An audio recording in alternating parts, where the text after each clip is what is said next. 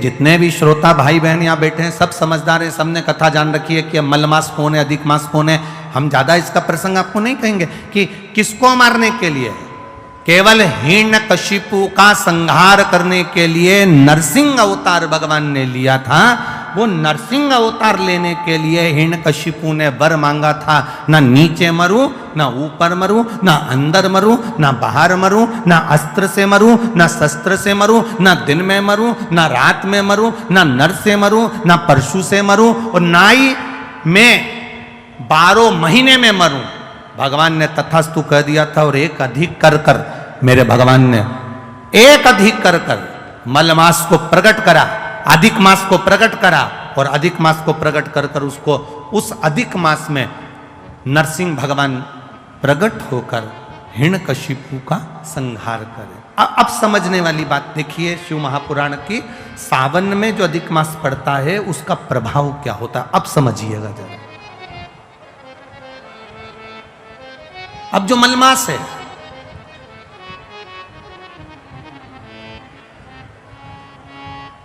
इसको मलमास कहते हैं। एक अधिक हो गया, 12 महीने से एक अधिक हो गया मलमास।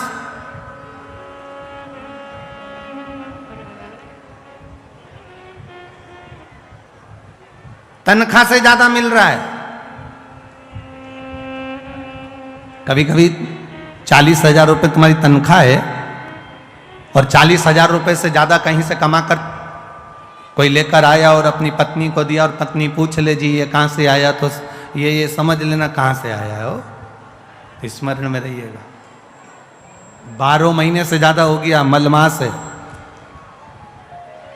और मलमास भगवान शिव की भक्ति में लगा तो शंकर जी के नेत्र खुल गए। शिव जी ने जाकर पूछ लिया, भगवान देवाधिदेव महादेव ने जाकर, भगवान शंकर ने जाकर पूछ लिया आखिर बात क्या है। मलमास नेत्र बंद कर कर हाथ में जल लेकर बैठा, शिव जी को समर्पित करने के लिए शंकर की भक्ति में डूबा था, शिव नाम की भक्ति में तल्लीन तल्लीन। शंकर भगवान ने पूछा तो पार्वती जी कहती है मलमास है, आप इसको आशीर्वाद नहीं दे सकते, आप इसको वर नहीं दे सकते। शंकर भगवान ने पूछा आखिर कारण क्या है, कब हुआ ये, तो कहा हिरण्यकशिपु को मारने के लिए 1 महीना अधिक करा था, 1 महीने को आगे बढ़ाया था। यह मलमास, यह अधिक मास 1 महीना आगे बढ़ा हुआ है, इसलिए लोग इससे नफरत करते हैं। शंकर भगवान ने कहा तो क्या हुआ, चिंता मत कर। मलमास के पास शिव जी गए, शंकर भगवान को आते हुए देखकर मलमास ने जल का पात्र ढोल दिया, जल का पात्र ढोल दिया। शिव जी ने पूछा क्या चाहिए तुझको, क्या चाहिए, बोल। मलमास कहता है कि मुझसे लोग नफरत करते हैं।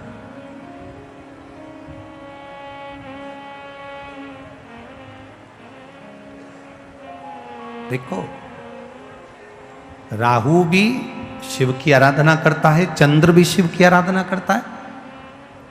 लोग कहते हैं ये देवता ब्राह्मण के हैं, ये देवता क्षत्रिय के हैं, ये देवता वैश्य के हैं, ये देवता शूद्र के हैं। शिव महापुराण की कथा कहती है दुनिया के लोगों ने देवताओं को भले बांट लिया हो, कोई ने कह दिया राम जी क्षत्रिय है, तो कोई कहे भगवान कृष्ण ये हैं, तो कोई कहे भगवान ये हैं। पर शिव महापुराण की कथा कहती है शंकर की आराधना करने वाला ब्राह्मण हो, क्षत्रिय हो, वैश्य हो, शूद्र हो, भगवान शिव को यह मतलब नहीं है। शंकर जी तो ये जानते हैं कि उसके हृदय में भाव कितना है और मुझे इसकी झोली में देना कितना है, ये शिव तत्व जानता है। उससे मतलब नहीं है मेरे महादेव। आली न जाता कोई दर से तुम्हारे, आली न जाता कोई से तुम्हारे, मैं भी खड़ा हूँ नन्हे बाह पसारे, अपने गले से लगा लो गिरी जा रहे हो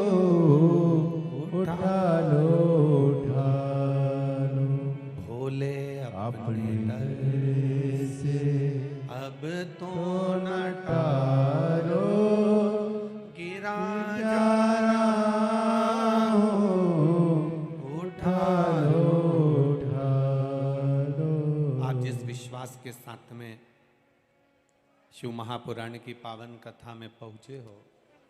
भगवान देवादिदेव महादेव जिस आस से, भरोसे से, दृढ़ता से, विश्वास से कथा सुन रहे हो,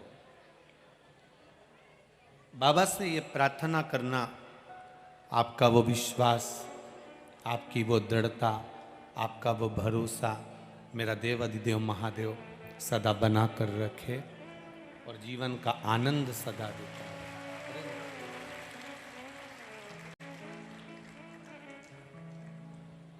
मूल है रामचरितमानस में कहा गया शंकर विश्वास रूपिणो। महाराष्ट्र की यह पावन धरा, राजराजेश्वर की यह पुण्यमय भूमि, आनंदमय भूमि पर जो कथा मिली है, ये कथा विश्वास की है। श्री स्वामी समर्थ शिव महापुराण की कथा आकोला वालों को मिली है। समर्थ का मतलब ही सामर्थ्यता से होता है। समर्थ का मतलब ही होता है कि जिसके पास में कोई कमी ना हो, वो सामर्थ्यवान है, स्वयं में समर्थता है उसमें।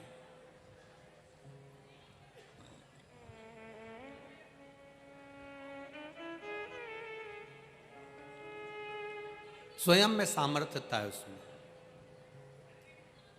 महाराज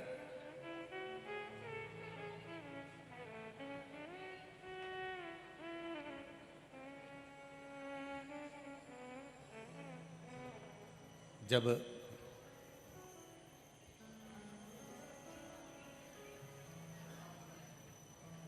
तात्या भोसले जी का मन परिवार से, घर से, कुटुंब से जब समाप्त हो गया,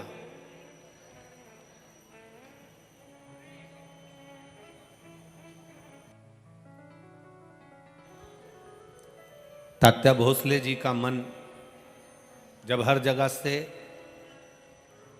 अलग हो गया, तो तात्या भोसले जी ने एक विचार करा कि मैं अब जाऊं तो जाऊं कहां।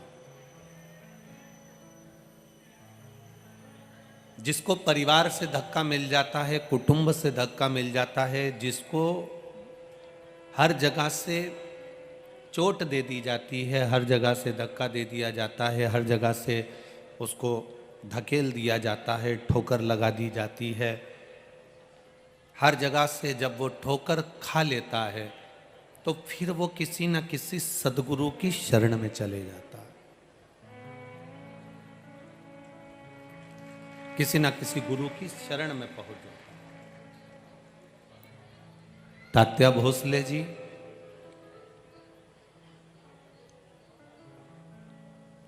जो मानकारी थे,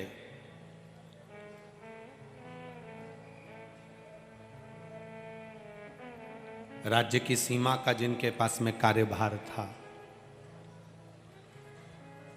उन तात्या भोसले जी ने विचार करा, मुझे परिवार अच्छा नहीं लग रहा, मुझे कुटुंब अच्छा नहीं लग रहा, मुझे ये संसार ठीक नहीं लग रहा, अब तो मुझे मेरे प्राणों को त्याग देना चाहिए, अब अंत समय की ओर मुझे चले जाना चाहिए। ठोकर लगने के बाद में, चोट लगने के बाद में, जगत के लोग जब आपको ताना दे देते हैं, जब गाली दे देते हैं, अपशब्द कह देते हैं, आड़ा टेढ़ा कह देते हैं, अपशब्द पर अपशब्द कह देते हैं, तब ये मन क्षुब्ध हो जाता है, फिर ये मन कहीं लगता ही नहीं। अब तो ऐसा लगता है कि प्राणों को त्याग देना चाहिए।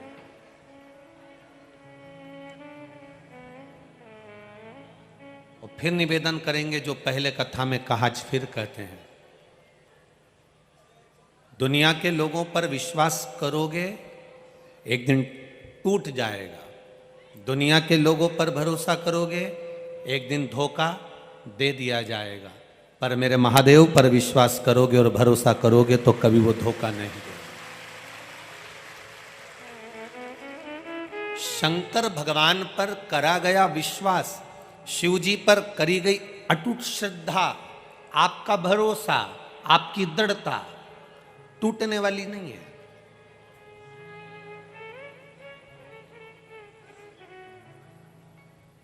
अब आप लोग इतनी संख्या में रात्रि को 3 बजे से सुबह 8 बजे कथा है, तो 3 बजे रात से आप लोग आके बैठे हुए हो, जगह संभाल रहे हो, बैठने की व्यवस्था देख रहे हो। ये सब चीज आप ध्यान में लिए हुए हो कि मुझे 3 बजे रात से आपने अपने घर से निकले होगे, काम करा होगा। अब जरा विचार करिए कितना परिवार का त्याग करा, अपनी निंद्रा का भी त्याग करा। नहीं तो तुम सवेरे 7 बजे से पहले नहीं उठो। सुबह 7 बजे से पहले नहीं उठो। और वो तो कोई विशेष अगर घर में शादी हो, फंक्शन हो, तो तुम भले 6-5 बजे उठ जाओ, तो भी घर में भी कार्यक्रम होना, तो तुम 6:30 के पहले तो जगो ही नहीं। पर फिर भी अपनी निंद्रा का भी त्याग करा, अपने घर का भी त्याग करा, परिवार को त्यागते हुए 3 घंटा देवाधिदेव महादेव को दिया। जब आप अपनी निंद्रा का त्याग कर सकते हो, अपने घर का त्याग कर सकते हो और कथा स्थल तक पहुंच सकते हो, तो वो भी कैलाश का त्याग कर कर, काशी का त्याग कर कर आपके पास आ सकता है। ये निश्चित था। उसका भरोसा, उसकी दृढ़ता, उसका विश्वास, बस ये मूल है। और आपका भरोसा जब दृढ़ हो जाएगा, आपका विश्वास जब दृढ़ हो जाएगा, तो उससे मिलन निश्चित है।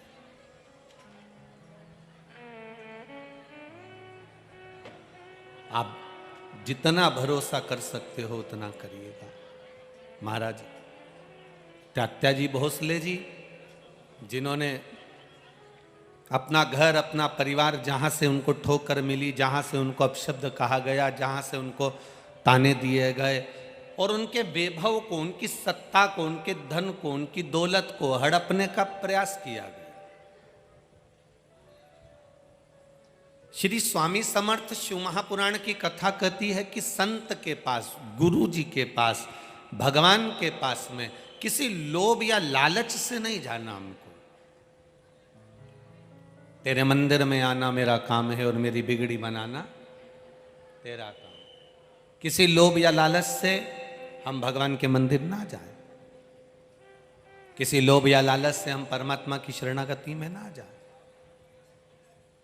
आप यहां पर भी कथा में आओ ना, तो निवेदन है कि भीड़ बढ़ाने के लिए मत आना और किसी लोभ से मत पहुंचना। भीड़ बढ़ाने की जगह आप ये प्रयास करना कि मैं कथा में जा रही हूं तो मेरी भक्ति बढ़े, और लोभवश नहीं, परमात्मा को पाने के लिए मैं कथा में आई हूं और मेरा भोलेनाथ मुझे मिलेगा, ये निश्चितता तो प्राप्त जरूर होगा, मिलेगा जरूर। कितना अच्छा भले प्रशासन ने कहा कि दिन में कथा नहीं करना है। सुबह के समय का समय प्रशासन ने दिया 8 बजे से 11 बजे का, पर उन्होंने नहीं दिया है। ये तो राजराजेश्वर बाबा की कुछ कृपा प्रशासन पर हुई होगी जो उन्होंने सुबह 8 बजे का दिया। बाबा राजराजेश्वर जो जिस नगर में जहाँ का राजा होता है, उस राजा को सबकी प्रजा की प्रकर रहती है। राजराजेश्वर कहते हैं उसे आकोला का, उसको अपनी प्रजा की चिंता है। अगर ये 1 बजे से कथा में जाएगी तो इसको 2 घंटे पहले कथा में जाना पड़ेगा, मतलब 1 बजे की कथा है, मतलब 10 बजे निकलना पड़ेगा।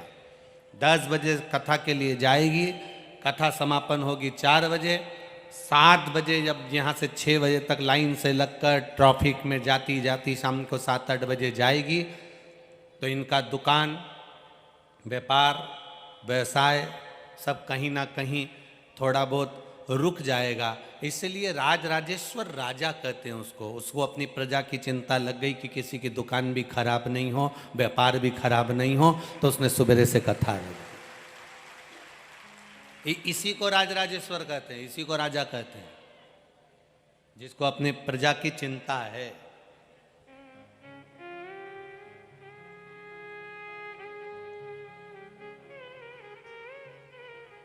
रामकृष्ण परमहंस जी और स्वामी विवेकानंद जी का चरित्र याद आ गया, जो वृंदावन की धरा पर सिर के बल उतरे थे। और किसी ने प्रश्न कर लिया था रामकृष्ण परमहंस जी से कि भगवान की बंसी में ऐसा क्या है जो लोग पूरी रात भगवान की बंसी का इंतजार करते थे और भगवान के साथ रास करते थे। रामकृष्ण परमहंस जी ने कहा, रात को सुबह ब्रह्म मुहूर्त में 4 बजे बताऊंगा। आधी रात को 1 बजे से वहां भीड़ लग गई यमुना जी के घाट पर। रामकृष्ण परमहंस जी नहीं आए।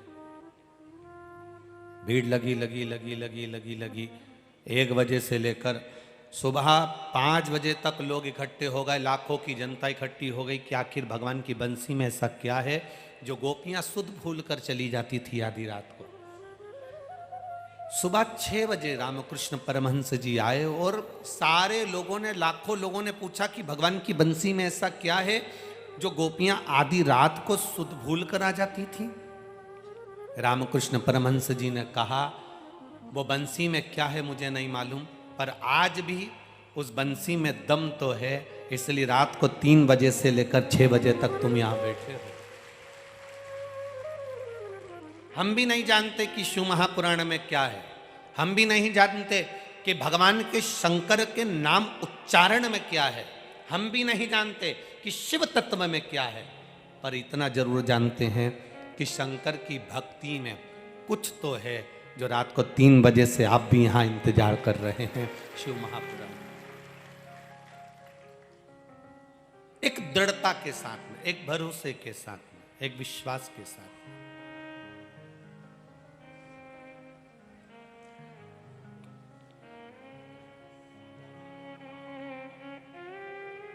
महाराज तात्या भोसले जी ने परिवार को, कुटुंब को, रिश्तों को, नातों को त्याग कर किसी गुरु की शरणागति ग्रहण करने का मन में भाव बनाया। मौका मिले जिंदगी में, बहुत लंबी जिंदगी नहीं है मनुष्य का, जीवन बहुत लंबा नहीं है।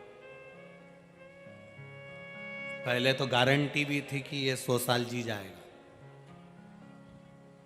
अभी तो किसी की गारंटी भी नहीं कि 100 वर्ष तक जी जाएगा। किसका भरोसा है? एक क्षण का भरोसा नहीं मानव देह का, कब प्राण छूट जाए, कब जाना पड़ जाए, कब इन प्राण के पखेरु उड़ जाएं, इसका किसको अंदाजा, इसका किसको ज्ञान?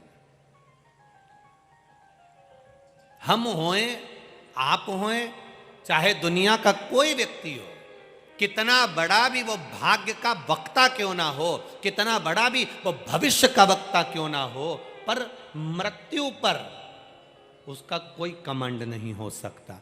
मृत्यु सत्य है, इसलिए कहा जाता है राम नाम सत्य। मृत्यु की सत्यता है, उसको कोई नकार नहीं सकता।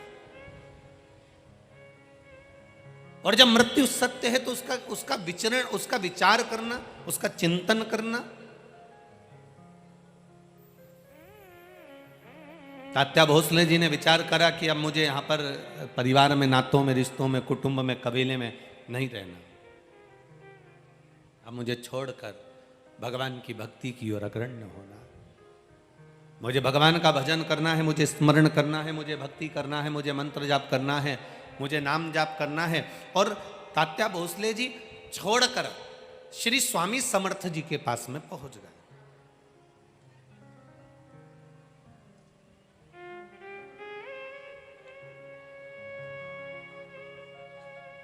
और वो स्वामी समर्थ,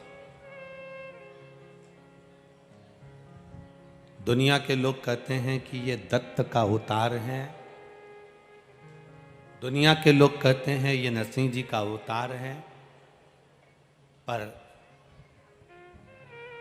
कभी आपने अगर श्री स्वामी समर्थ जी का दर्शन किया हो तो उनके गले में एक रुद्राक्ष, अंतिम समय तक प्राण छोड़ने के कुछ देर पहले उन्होंने अपना रुद्राक्ष उतार कर अपने एक भक्त को दे दिया था।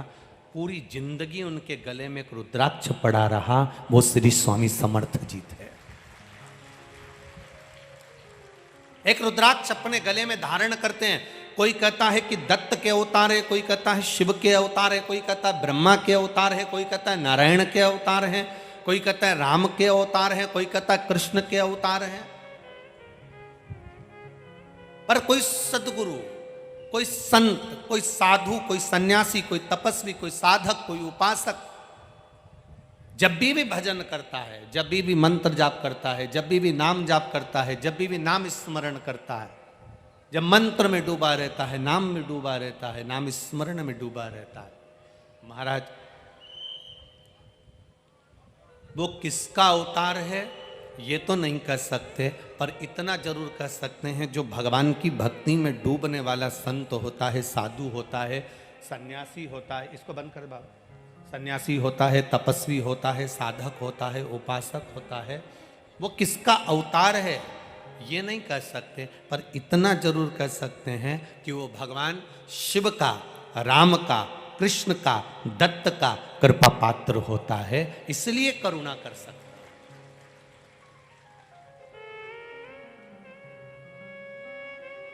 तात्या भोसले जी पहुंच गए श्री स्वामी समर्थ जी के पास।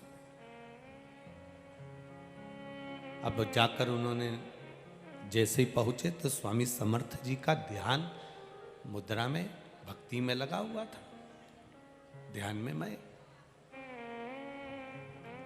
तात्या भोसले जी ने प्रणाम किया तो स्वामी समर्थ जी ने कहा,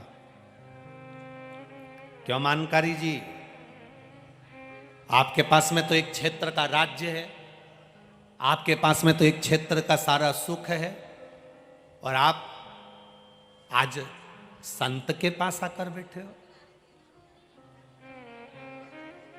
बचपन, जवानी, अधेड़ी और बुढ़ापा, इन चार अवस्था में से जो अवस्था आपकी निकल गई उसको निकल जाने दो, क्योंकि जो चले गया वो तो वापस नहीं आ सकता। अभी छत्तीसगढ़ की कथा में, भिलाई की कथा में आपसे कहा था,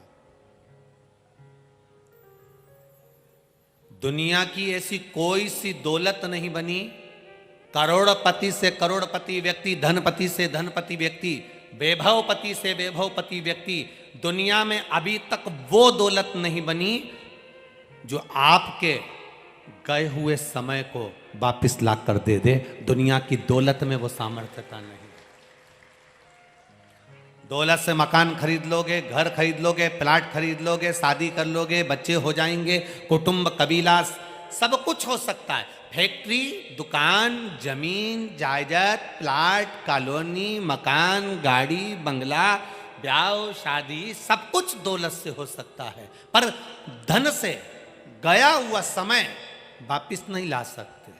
तो शिव पुराण कहती है गया समय वापिस नहीं आ सकता, तो एक काम जरूर हो सकता है कि भजन कर कर शंकर जी को एक लोटा जल चढ़ाकर आने वाले समय को संवारा जा सकता है। जो गया उससे मतलब नहीं, जो चले गया उससे मतलबता नहीं रखना। अब जो बच्चा है, हमारी जो अवस्था बची है, हमारा जो समय बचा हुआ है, जो हमारे पास में कीमती समय हमारा जो बचा हुआ है, उसमें हम भगवत भजन क्यों ना करें? हम उसमें राम नाम, कृष्ण नाम, शिव नाम क्यों ना जपें? हम उसमें भगवत स्मरण क्यों ना करें? हम उसे भक्ति से दूर क्यों चले जाएं? तात्या भोसले जी से कहा, तुम तो मानकारी हो, स्वामी समर्थ जी कह रहे तुम मानकारी हो, तुम्हारे पास में सत्ता थी, वैभव था, सब कुछ था, सब कुछ है तुम्हारा, फिर आज संत के पास आने की जरूरत क्या पड़ गई? आज साधु के पास, गुरु के पास आने की जरूरत क्या पड़ गई? अगर दुनिया में सताए ना होते तो तेरे दर पर आए ना होते। जो दुनिया में ठोकर खा जाता है, सारी दुनिया में सताया जाता है, जगह जगह से अपशब्द कहे जाते हैं, ठोकर लगाई जाती है। जो दुनिया में सताए ना जाते तो तेरे दर पर आए ना जाते। हमें सताया तब तो तेरे पास आए हैं। लोगों ने चोट दी जब तो तेरे पास पहुंचे हैं, दुनिया के लोगों ने अपशब्द कहा तब तो हम तेरे पास पहुंचे हैं, हम पहुंचे तब हैं जब दुनिया ने सता दिया।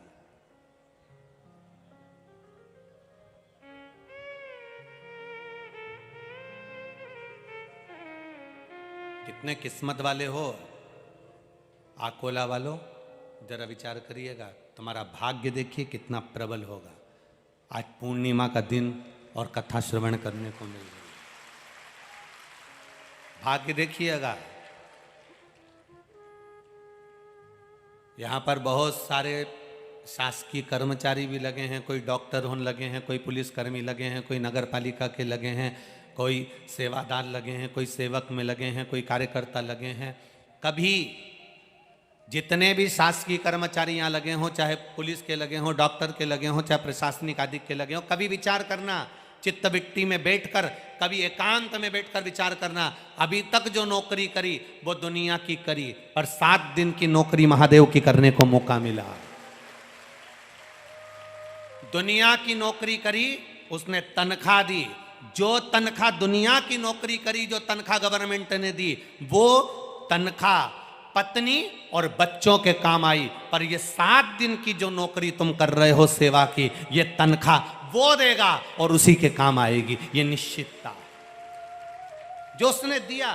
7 दिन आप सेवा कर रहे हैं, 7 दिन सेवा में लगे हैं, भगवत भजन में लगे हैं, नौकरी की जगह नौकरी कर रहे हैं, कथा की जगह कथा सुन रहे हैं, ड्यूटी भी चल रही है और कथा भी चल रही है। अर्थात वो वही शिव महापुराण की कथा वही तो कहती है, चलती हुई दुकान में प्लाट ले लीजिए, चलती हुई दुकान में, आपकी दुकान अच्छी चल रही है, व्यापार अच्छा चल रहा है, तो चलते चलते व्यापार में पत्नी के जेवर भी बना लो, चलती चलती दुकान में प्लाट भी ले लो, चलती चलती दुकान में मकान भी ले लो। अगर दुकान नहीं चलेगी ना तो पत्नी के जेवर बना पाओगे, ना प्लाट ले पाओगे, ना मकान ले पाओगे, ना दुकान ले पाओगे। उसी तरह चलती हुई नौकरी में भी अगर भगवान शंकर की कथा मिल जाए तो समझ लो कि जीवन सार्थक हो गया। हाथ पैर चल रहे हैं, शरीर चल रहा है, और हमारे ये शरीर जब चल रहा है उस चलते में भगवत भजन हो जाए, इससे बढ़कर सुख और क्या होगा। आज चौरसिया परिवार यहाँ कथा करवा रहा है, यजमान परिवार चौरसिया परिवार अगर यहाँ बैठा है, कथा के मुख्य यजमान बनकर बैठे हैं, तो चलते चलते इस शरीर के चलते चलते शिव महापुराण की कथा करवा ली, अपने जीवन को सार्थक कर लिया। ये जीवन की श्रेष्ठता है, ये जीवन का एक आनंद है, और इसी को श्रेष्ठता तात्या भोसले जी से कहा, मानकारी जी, स्वामी समर्थ जी करें, आप मानकारी, आपके पास में सत्ता है, वैभव है, और आप मेरी शरण में आज यहां आकर बैठे हो, संतों के पास में, आज साधु के पास में, सदगुरु के पास में आकर बैठे हो, क्या बात है। तात्या भोसले जी ने कहा, अब मेरा मन परिवार में नहीं लगता, अब मेरा मन कुटुंब में नहीं लगता, अब मेरा मन ऐसा करता है कि कुछ देर परमात्मा की भक्ति करी जाए, अब कुछ देर भगवान का भजन करा जाए। तात्या भोसले जी ने सेवा करना प्रारंभ करी, स्वामी समर्थ की सेवा करते करते करते करते करते करते करते करते स्वामी समर्थ जी की सेवा करते करते एक दिन तात्या भोसले जी पहुंच गए किसी विद्वान प्रखंड पंडित के पास, और उन्होंने कह दिया कि इतनी तारीख को इतनी बजे तेरे प्राण छूट जाएंगे, तू मर जाएगा। तात्या भोसले जी ने जब सुना प्रसन्न हो गए, जाना तो सबको है, ऐसा कोई मनुष्य पैदा ही नहीं हुआ जो नहीं जाएगा। हो सकता है आकोला में ऐसा कोई हो तो बात दूसरी है जो नहीं जाएगा, पर आया है सो जाए। तुम बादाम भी खा लोगे तो भी मरना है, और रसगुल्ला खा लोगे तो भी मरना तो निश्चित है। ऐसा संसार में कोई नहीं जन्मा जो मरेगा नहीं। परंतु आज के जमाने में किसी व्यक्ति से कह दो, एक बहू सास से कह दे कल मरने वाली है, बस बहू सास से इतना कह दे कि तू कल मरने वाली है, तो सास को गुस्सा आ जाए, मेरे मरने की कामना करती, उसमें क्या दिक्कत है। बहू तो बोल रही है ना कल मरने वाली है, मतलब आज से भजन चालू कर दे, राम नाम कृष्ण नाम शिव नाम जपना प्रारंभ कर दे, शिव जी की शरणागति चले जाए। मृत्यु तो निश्चित है, जाना तो पड़ेगा, 7 ताले में बंद हो जाओ तो भी जाना पड़ेगा। राजा परीक्षित के लिए पुत्र जनमेजय ने कांच का महल बना दिया, शीशे का महल बना दिया। एक परिंदा पर नहीं मार सकता। एक अनार का रस जिस गिलास में, जिस पात्र में भरा कर जा रहा था, उस पात्र के नीचे की पेंदी में तक्षक नाग चिपक कर अंदर चले गया। और जब राजा परीक्षित के सम्मुख में तक्षक नाग पहुंचा तो तक्षक ने कहा, तेरा समय आ गया, तेरा काल आ गया। राजा परीक्षित नैनों में जल हाथ जोड़कर कहते हैं, आप अपना कर्म करिए, मैं अपना कर्म करूंगा। राजा भक्ति करने लगे, भजन करने लगे और तक्षक नाग पांव के अंगुष्ठ में डस लेता है। जरा विचार करिएगा, पांव के अंगूठे में ही तक्षक नाग क्यों डस रहा? क्या पूरे शरीर में कहीं तक्षक नाग को डसने के लिए जगह नहीं मिली? पांव के अंगुष्ठ में इसलिए डस रहा है क्योंकि भगवान की भक्ति में राजा इतना डूब गया था कि इसके चरणों को मैं प्रणाम भी कर लूंगा और इसके चरणारविंद का रस तत्व मैं ग्रहण कर लूंगा तो मेरी भी जिंदगी सार्थक हो जाएगी। चरण के अंगुष्ठ में डस रहा। देवी भागवत में लिखा है कि तक्षक नाग ने जब अंगुष्ठ में डसा, परीक्षित के चेहरे पर मुस्कुराहट थी क्योंकि उसको भगवत पद की प्राप्ति थी।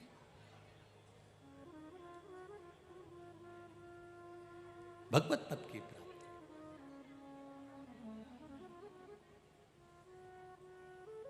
भजन की प्राप्ति, इच्छा। इतनी धूप पड़ रही है, गर्मी पड़ रही है, तपन पड़ रही है और आप धूप में बैठे हो। यहाँ देखो माताएं बैठी, उधर पीछे देखो तो जगह नहीं, सब भरे पड़े हुए हैं।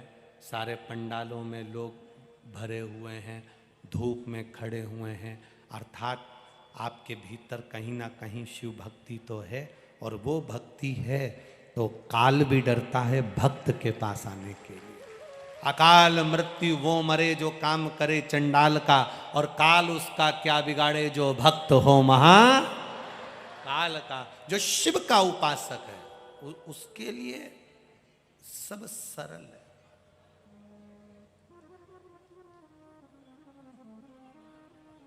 वो तो ये पंडाल में यहाँ बीच में थोड़ी जगह खाली पड़ी है, मैं कार्यकर्ताओं से आज तो नहीं पर कल निवेदन करूँगा कि जो धूप में बैठे रहे उनको यहाँ आगे बिठाने में तुम्हारा क्या जाता है, बिठा दिया तो। यहाँ जगह संभालोगे तो क्या ऊपर भी जाके जगह संभालोगे रे? विचार तो करो थोड़ा। इतनी सारी जगह खाली रखने से कौन सा लाभ है? धूप में लोग बैठे रहे और तुम जगह खाली करके बैठे रहो, क्या मतलब का जीवन तुम्हारा? जहां जगह मिले भक्तों की सुविधा के लिए शिव महापुराण की कथा है। जैसी सुविधा मिल जाए वैसा आनंद पाकर 3 घंटे के बाद ये जगह जहाँ की जहीं रह जाएगी, इसको कोई नहीं लेके जाएगा, वहीं पड़ी की पड़ी है। और खूब सो, आनंद पाओ और भक्ति करो, भजन। जहाँ जगह का आनंद हो वहाँ सुख पाइएगा। खाली ना जाता कोई दर से तुम्हारे, मैं भी खड़ा हूँ नन्ही बाहें पसारे। अपने हृदय से लगा लो, लगा लो, गिरा जा रहा हो, उठा लो, उठा लो। शिव कथा कह रही है, भगवान शंकर की पावन कथा रसतत्व ग्रहण करने का भाव वर्णित कर रहा है महाराज। हमारे यहाँ शास्त्र कह रहा है, धीमा बजाओ भोलानाथ डमरू, धीमा बजाओ, धीमा बजाओ भोलानाथ डमरू, धीमा बजाओ, धीमा बजाओ भोलानाथ डमरू, धीमा बजाओ, धीमा बजाओ भोलानाथ डमरू, दोनों हाथों से प्रेम से, धीमा बजाओ, धीमा बजाओ भोला, धीमा बजाओ, बजाओ भोला धीमा बजाओ, धीमा बजाओ भोला धीमा बजाओ, धीमा बजाओ भोला धीमा बजाओ। अरे धीमा बजाओ भोलानाथ डमरू धीमा बजाओ, धीमा बजाओ भोलानाथ डमरू धीमा बजाओ। दोनों हाथों से ताली से बजाते हो।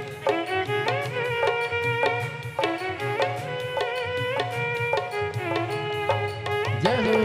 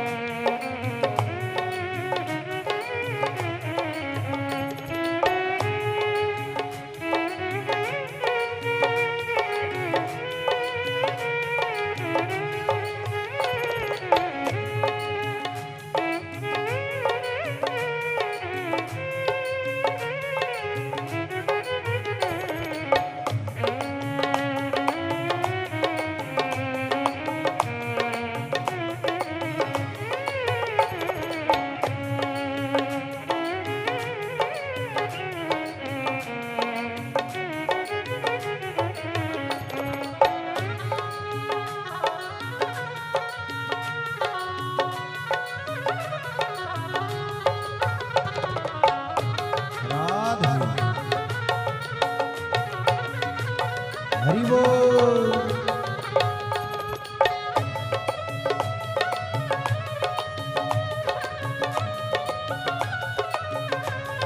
जय हो।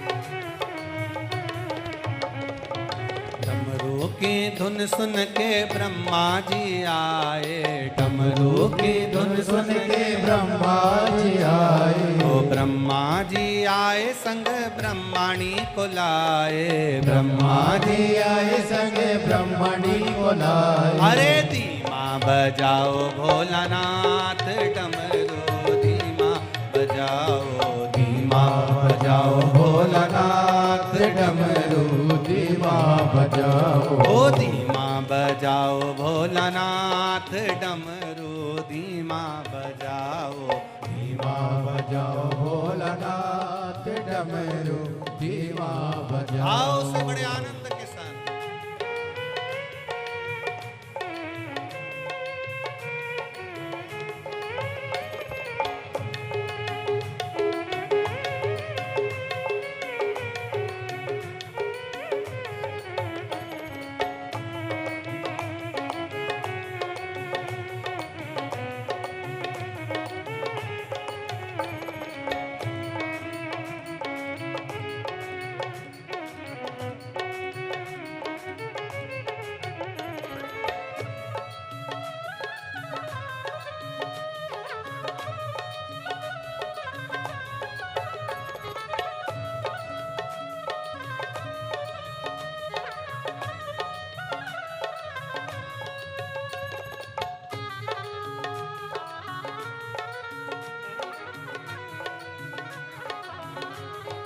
बोले राधे।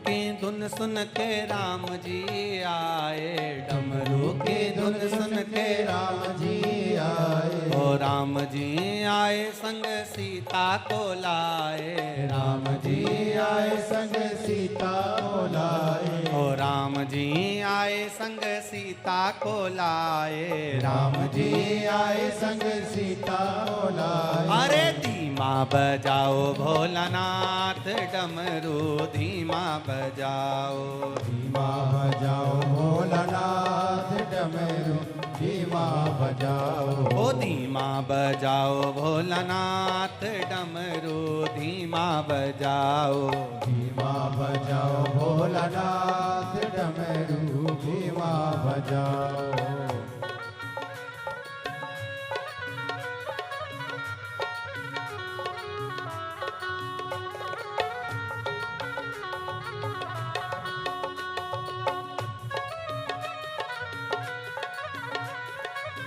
जय हो हरि बोल राधे।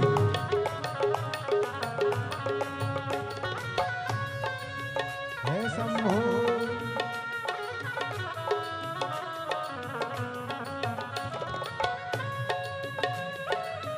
राधे।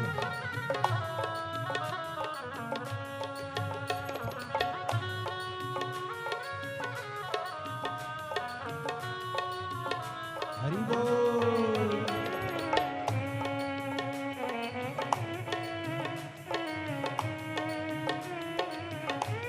जय हो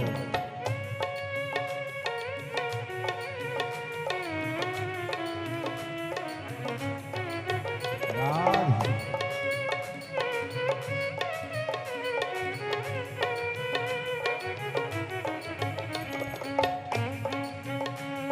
हरि बोल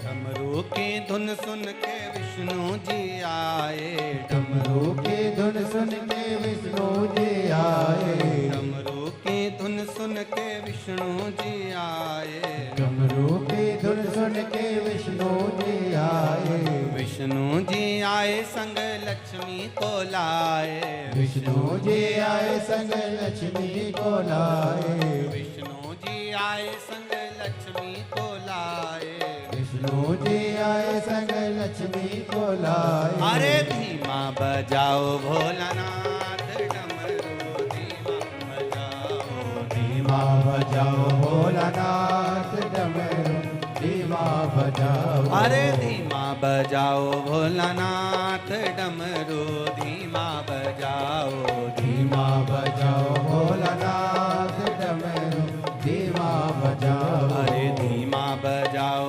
भोलानाथ डमरू धीमा बजाओ, धीमा बजाओ भोलानाथ डमरू धीमा बजाओ, अरे धीमा बजाओ भोलानाथ डमरू धीमा बजाओ, धीमा बजाओ भोलानाथ डमरू धीमा बजाओ। हर हर महादेव।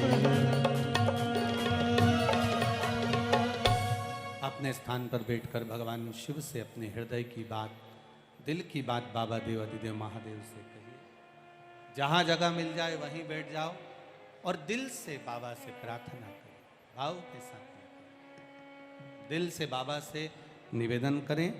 आज बैसाखी पूर्णिमा का अवसर, भगवान शिव से प्रार्थना करें, भगवान शंकर से निवेदन करें, भगवान शिव से अपने हृदय की बात भाव के साथ करें।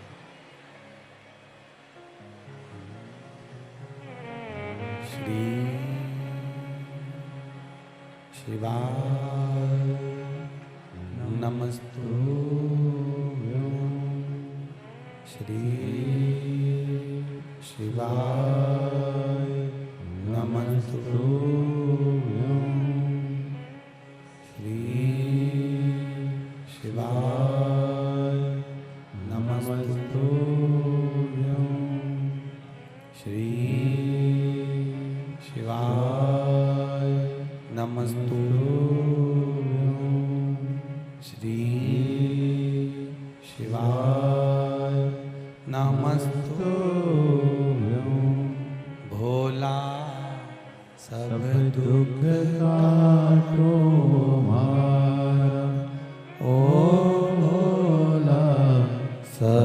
दुख काटो मारा।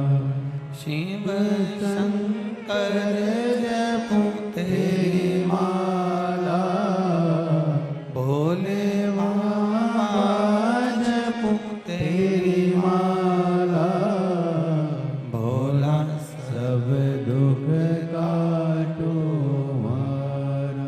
ओ भोला सब दुख काटो मारा। वेश मंगल मंगलकारी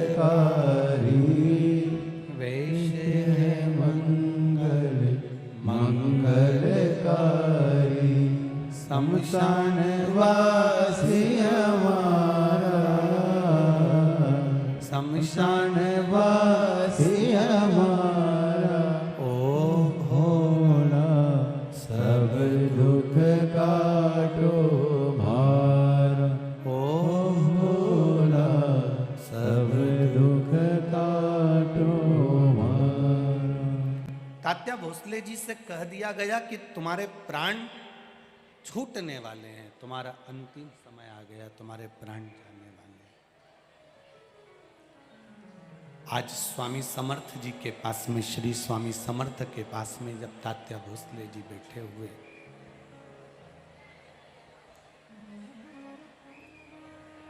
चरण दबा रहे थे, श्री स्वामी समर्थ जी के जब चरण दबा रहे हैं, चरण दबाते दबाते दबाते दबाते तात्या भोसले जी के आंखों से अश्रु श्री स्वामी समर्थ के चरणों पर गिरा। जब श्री स्वामी समर्थ जी के चरणों पर अश्रु गिरा, गिरते से ही श्री स्वामी समर्थ जी ने तात्या भोसले जी से कहा, तात्या सुन, तेरी चिट्ठी आ गई, अब तुझे जाना है। तात्या भोसले जी ने कहा, गुरुवर, सारा जिंदगी पूरा समय तो मेरा परिवार में चले गया, कुटुंब में चले गया, रिश्ते नातों में चले गया, ये थोड़ा सा जो समय बचा है यह आपको देना चाहता हूं।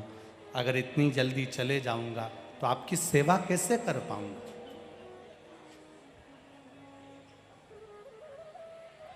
श्री स्वामी समर्थ जी ने तात्या भोसले जी से कहा, तो एक काम करना, बैठे रहना, मैं सो भी जाऊं तो चरण छोड़कर मत जाना। सारी दुनिया की दौलत कहीं लुटाई जा रही हो, सारी दौलत, दुनिया का संपदा, वैभव, सत्ता लुटाई जा रही हो, और किसी एक स्थान पर कोई सतगुरु आपको मिल रहा हो, तो दुनिया की दौलत छोड़ देना, पर सतगुरु के चरण मत छोड़ना। किसी संत, साधु, सन्यासी, तपस्वी, साधक, उपासक जो भगवान की अविरल भक्ति में डूबा हुआ है, उसके चरण की सेवा मिली है तो वो ना छोड़ी जाए। बस यमदूत आए तात्या भोसले जी को लेने के लिए, खड़े रहे, बार बार तात्या भोसले जी को बुलाते रहे, पर तात्या भोसले जी से भगवान स्वामी समर्थ ने कह दिया था कि चरण मत छोड़ना, कुछ भी नहीं होगा। शिव महापुराण की कथा कहती है, जो एक लोटा जल चढ़ाना नहीं छोड़ता, महाकाल उसका हाथ कभी नहीं छोड़ता। शिव का द्वार भगवान शंकर के चरणारविंद, सदगुरु के चरणारविंद, संत, साधु, सन्यासी, तपस्वी, साधक, उपासक के चरणारविंद जो पकड़ कर रखता है। फिर निवेदन करेंगे, जो बड़ों की इज्जत करता है, माता पिता का सम्मान करता है, बड़ों का आदर करता है, बड़ों का सत्कार करता है, बुजुर्ग का, माता पिता का, गुरुजन की जो इज्जत करे, सम्मान करे, आदर करे, उसको पर्स में दवा लेकर चलने की जरूरत नहीं पड़ती, वो दुआ लेकर चलना प्रारंभ कर दे। उसको फिर पर्स में दवा लेकर चलने की जरूरत नहीं पड़ेगी। जो गुरु का आदर कर रहा है, माता पिता की सेवा कर रहा है, माता पिता के चरणों को प्रणाम कर रहा है, घर के बुजुर्गों के चरणों को प्रणाम कर रहा है, घर के बड़ों को आदर दे रहा है, घर के बुजुर्गों का सम्मान करे, आदर दे, सत्कार करे। एक भक्त को जो पहचान जाए, एक साधु जन, गुरुजन, सन्यासी जन, तपस्वी, साधक, उपासक की जो सेवा में लगा हुआ है, उसको जेब में, पर्स में दवा लेकर चलने की जरूरत नहीं पड़ती। दुआ उसके साथ हर पर चलती है। बड़ों का आदर करने वालों के साथ में बड़ों की दुआ उसके साथ चलती है, तो उसको तकलीफ नहीं भोगना पड़ती, उसको कष्ट नहीं भोगना पड़ता।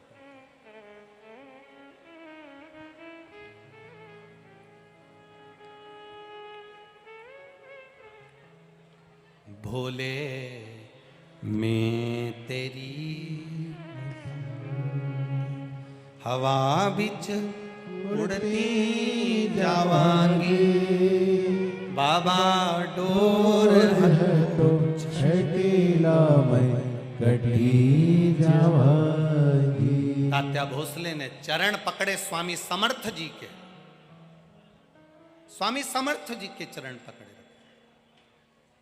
जब यमदूत चले गए, तात्या भोसले के प्राण बच गए।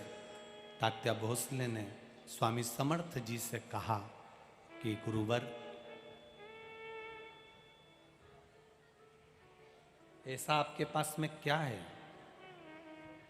जिससे यम के दूत दूर से ही चले जाते हैं? यम के दूत दूर से ही चले जाते हैं, ऐसा आपके पास में क्या है? स्वामी समर्थ जी ने तात्या भोसले को जो शब्द कहा, इस महाराष्ट्र की पावन धरा पर जितने लोग कथा श्रवण कर रहे हैं और जितने आस्था चैनल और फेसबुक यूट्यूब पर सुन रहे हैं, वो बड़े ध्यान से सुनना। तात्या भोसले जी से स्वामी समर्थ जी ने कहा, तात्या, भजन करने वाला, भक्ति करने वाला, शिव तत्व को जानने वाला, शंकर भगवान के एक रुद्राक्ष को गले में धारण करने वाला, अगर तुम नहीं भी रुद्राक्ष पहने हो, तुम नहीं भी शंकर के मंदिर जाते हो, तुम शंकर के मंदिर में एक लोटा जल भी नहीं चढ़ाते हो, तुम कभी किसी गुरु की शरणागति नहीं गए, पर किसी रुद्राक्ष पहनने वाले के पास या भगवान की भक्ति करने वाले के पास या भजन करने वाले के पास अगर मात्र जाकर बैठ गए हो और उसके शरीर का मात्र स्पर्श भी अगर तुमको हो रहा है, तो यम के दूत बंदी बना नहीं सकते, वो यमदूत भी दूर हट जाते हैं, वो यमदूत भी दूर हट जाते हैं। अकाल मृत्यु वो मरे जो काम करे, चंडाल का और काल उसका क्या बिगाड़े, जो भक्त हो महा। बोल बम का नारा है, आवाज नहीं आई, जरा जम के बोलो, बोल बम का नारा है। एक सहारा, केवल बाबा जी के गले में एक रुद्राक्ष पड़ा हुआ है, उनकी भक्ति बड़ी हुई है, उनका विश्वास बड़ा है, उनका भजन बड़ा है, तो उसका स्पर्श तात्या भोसले जी ने जो चरण पकड़ कर रखा है, मात्र स्पर्श मात्र भी सुख दे देता है। हमारे मराठवाड़ा में, हमारे महाराष्ट्र में,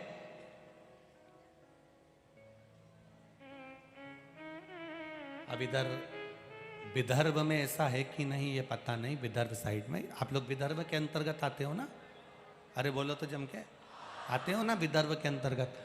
तो मराठवाड़ा के साइड में जाओ तो वहाँ पर एक नियम बना हुआ है, विदर्भ में ऐसा है कि नहीं पता नहीं, मराठवाड़ा में ऐसा नियम बना है कि जगह जगह जहाँ संत, सन्यासी, तपस्वी, संत जन, गुरुजन जो भी हुए हैं, उनकी मूर्ति का इतना दर्शन का महत्व नहीं है जितना उनकी पादुका के दर्शन का महत्व है। अब इधर विदर्भ में ऐसा है कि नहीं पता नहीं, वहां इतना मूर्ति का महत्व नहीं है जितने उनके पादुका, जितने उनके चरण चिन्ह के दर्शन का महत्व है। क्यों? गुरु का, संत का, साधु जन के चरण का मात्र स्पर्श मात्र हो जाता है, स्पर्श मात्र। इसलिए आज भी पूरी दुनिया में ऐसा कोई मंदिर नहीं जिस मंदिर में भगवान के चरण छूने की इजाजत मिली हो। तिरुपति में चले जाओ तो भगवान के चरण नहीं छू सकते, नाथ द्वारा में चले जाओ भगवान के चरण नहीं छू सकते। तुम्हारी मर्जी पड़े जिस मंदिर में जाना, भगवान के चरण, बांके बिहारी का दर्शन करने जाओ चरण नहीं छू सकते, राधा वल्लभ लाल का दर्शन करने जाओ चरण नहीं छू सकते, तुम अयोध्या के कनक बिहारी का दर्शन करने जाओ चरण नहीं छू सकते, तुम बद्री विशाल का दर्शन करने जाओ चरण नहीं छू सकते, तुम द्वारका जी दर्शन करने जाओ द्वारकाधीश के चरण नहीं छू सकते। तुम दुनिया के सारे मंदिर में घूम कर आना, किसी मंदिर में चरण छूने की इजाजत नहीं है। केवल महाराष्ट्र का हरि विठ्ठल का एक मंदिर है जहां भगवान के चरण छूने की इजाजत है।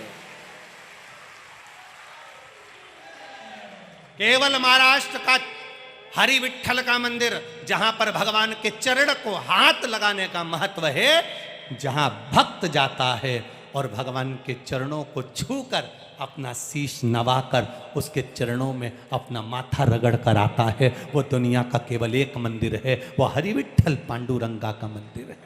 जो महाराष्ट्र का, सारी दुनिया में कितने भी बैकुंठ होंगे, सारी दुनिया में कितने भी बैकुंठ होंगे, पर महाराष्ट्र का बैकुंठ हरि विठ्ठल के चरण है, श्री विठ्ठल के चरण। ये महाराष्ट्र का बैकुंठ है, ये महाराष्ट्र का बैकुंठ।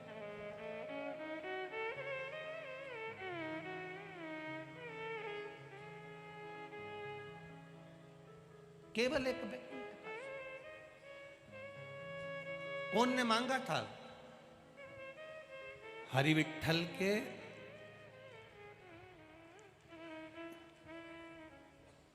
चलो रे महाराष्ट्र वालों जरा बोलो तो रे, उत्तर देना हो तो तुम्हें चौरसिया जी पुरस्कार देंगे पक्का, ठीक है? हाँ हाँ बिल्कुल, हाँ हम कह देंगे ना चौरसिया जी को, वो तुम्हें देने से मना नहीं करेंगे, तुम तो बस उत्तर दे दो। हरि विठ्ठल के चरण का सबसे पहला दर्शन चरण पकड़कर किसने किया था? चलो उत्तर दो रे, बोलो रे महाराष्ट्र वालों, जल्दी उत्तर दो। श्री हरि विठ्ठल के चरणारविंद को पकड़कर उनके चरण के दर्शन की शुरुआत सबसे पहले किसने करी थी? तुकाराम जी ने, नामदेव जी ने,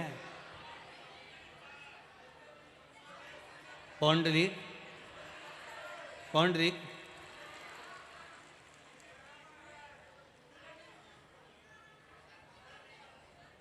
संत तुकाराम जी, संत ज्ञानेश्वर जी, पौंडलिक जी, संत नामदेव जी, और जितना नाम हो सब बोल दो रे, एक ही बार में झंझट समाप्त। सबसे पहले चरण पकड़े, प्रणाम किया और चरण पकड़ने की, छूने की शुरुआत, नमन करने की शुरुआत हरि विठ्ठल के चरणों को श्री नरहरिदास सुनार ने करी थी। नरहरिदास पौंडरिक ने चरण नहीं पकड़े थे, पौंडरिक ने तो ईंट फेंकी थी, इसके ऊपर खड़े हो जाओ। संत तुकाराम जी तो भगवान में समाहित हुए थे, नामदेव जी के लिए तो भगवान ने अपना मंदिर पलट दिया था। केवल सुनार नरहरिदास, केवल नरहरि एक ही था जिसके लिए भगवान ने अपना चरण दिया था। सुनार था, सोने चांदी का काम करता था श्री नरहरि। नरहरि के जो माता पिता थे वो भी सोने चांदी का काम करते थे, पर इनकी पंढरपुर में रहते थे, हरि विठ्ठल की नगरी में रहते थे, पर कभी पंढरपुर की हरि विठ्ठल का दर्शन कभी नहीं करा, ना नरहरि ने करा ना इसके माता पिता ने करा। आज तक पंढरपुर के हरि विठ्ठल का दर्शन नहीं करा था। अब सोचिएगा जरा, पंढरपुर में रह रहा है, वो कहते हैं नदी में रह रहा है और मगरमच्छ से मेल कर रहा है। जरा सोचिएगा, अब नरहरि उनके माता पिता, स्वर्णकारों का गौरव, सुनारों का गौरव नरहरि, जो पंढरपुर में रहते हैं, जिनके माता पिता मल्लिकार्जुन भगवान की सेवा करते हैं, शंकर जी के मंदिर जाते हैं, शिव जी को एक बेलपत्र चढ़ाते हैं, एक लोटा जल चढ़ाते हैं। शंकर की भक्ति के सिवाय वो कभी अपनी दुकान छोड़कर हरि विठ्ठल का दर्शन करने तक नहीं गए, कभी नहीं गए। अब सुनार नरहरि के माता पिता ने नरहरि को देखा तो विचार करा कि इसकी शादी कर देना चाहिए, बड़ा हो गया बेटा, भगवान के मंदिर जाता है, मल्लिकार्जुन के मंदिर जाता है, पूजन करता है। चंद्रभागा नदी के तट पर एक मंदिर है जिसका नाम है मल्लिकार्जुन महादेव। कौन कौन ने दर्शन करे? हरि विठ्ठल, पांडुरंगा। पंढरपुर कौन कौन गया ये बताओ? अच्छा, सब गए हो पंढरपुर? धर लो, हाथ नीचे धरो। अब पंढरपुर में एक मंदिर है चंद्रभागा नदी के तट पर, मल्लिकार्जुन भगवान का मंदिर। किस किस ने दर्शन करें? हाँ देखो, बहुत लोगों ने करें। मल्लिकार्जुन महादेव, जैसे ही चंद्रभागा को नहाकर निकलोगे, घाट पर ही बना हुआ है, घाट तो है ही नहीं, बालू रेत पड़ी है, वहीं पर मंदिर बना हुआ है। और सरल भाषा में समझिएगा, ये महेश्वरी भवन पंढरपुर का, समझ रहे हो ना? महेश्वरी भवन से और आगे गए, राइट में है डोंगरे जी महाराज का भवन, इधर आ गया मुक्ताबाई का भवन। डोंगरे जी महाराज के भवन से और आगे गए, बस आगे जाकर जो चंद्रभागा नदी के तट के लिए नीचे के लिए जाएंगे, वहीं पर श्री मल्लिकार्जुन भगवान का मंदिर बना हुआ है, जहां पर हरि नरहरि सुनार के माता पिता शिव भक्ति करते थे। नरहरि भी भगवान शंकर की भक्ति करता था। बस माता पिता के मन में आया बेटे की शादी कर दें। नरहरि से कहा हमें तुम्हारी शादी करना है। नरहरि ने कहा पिताजी मैं विवाह के लिए मना नहीं कर रहा हूं, आप मेरी शादी कर सकते हो, मना नहीं, पर शर्त केवल इतनी सी है कि मेरी जो धर्म पत्नी हो, मेरी जो पत्नी हो, जैसे मैं शिव की आराधना करता हूं, जैसे मैं शंकर भगवान की आराधना करता हूं, मेरी धर्म पत्नी भी शंकर की आराधना करने वाली हो। मेरी धर्म पत्नी भी शिव की आराधना करने वाली हो, मेरी धर्म पत्नी भी भगवान शंकर की आराधना करने वाली हो, और कुछ भी नहीं चाहिए। ठीक है? और बहुत जरूरी है, घर में बहू लेकर आना तो कार वाली मत लेकर आना, घर में बहू लेकर आना तो संस्कार वाली लेकर आना, जो संस्कारवान।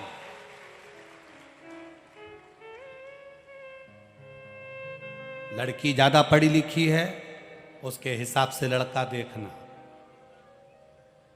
लड़का व्यापारी है, नौकरी करने वाला है, किस्सा लड़का है, उसके हिसाब से लड़की देखना।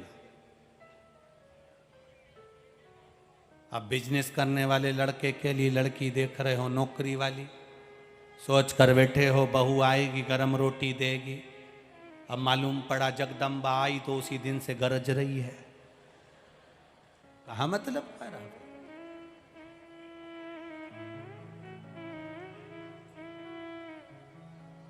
जैसा वर है वैसे हिसाब से कन्या देखिए, कन्या के हिसाब से वर देखिए।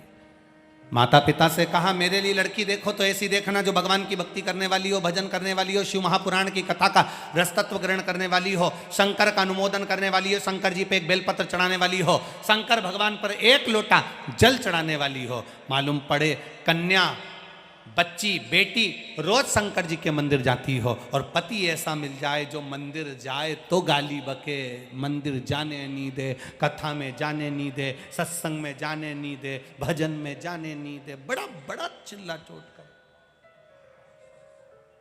बहुत क्रोध करे। अब करो तो करो क्या? तो नरहरि ने कहा, नरहरि सुनार बोले कि पिताजी मेरी शादी करना, लड़की ऐसी होना चाहिए जो शंकर जी की भक्त हो। अब इनको लड़की देखी तो गंगा नाम की कन्या के साथ में इनका विवाह हो गया। शिव की उपासक थी, उसका एक काम था गंगा का, शंकर मंदिर में नंदी के पास जाना और नंदी के पास में जाकर उसको स्नान कराना, फिर शंकर भगवान की जलाधारी का स्नान कराना, स्नान कराने के बाद शंकर जी पे एक लोटा जल चढ़ाना। शिव महापुराण की कथा कहती है महाराज,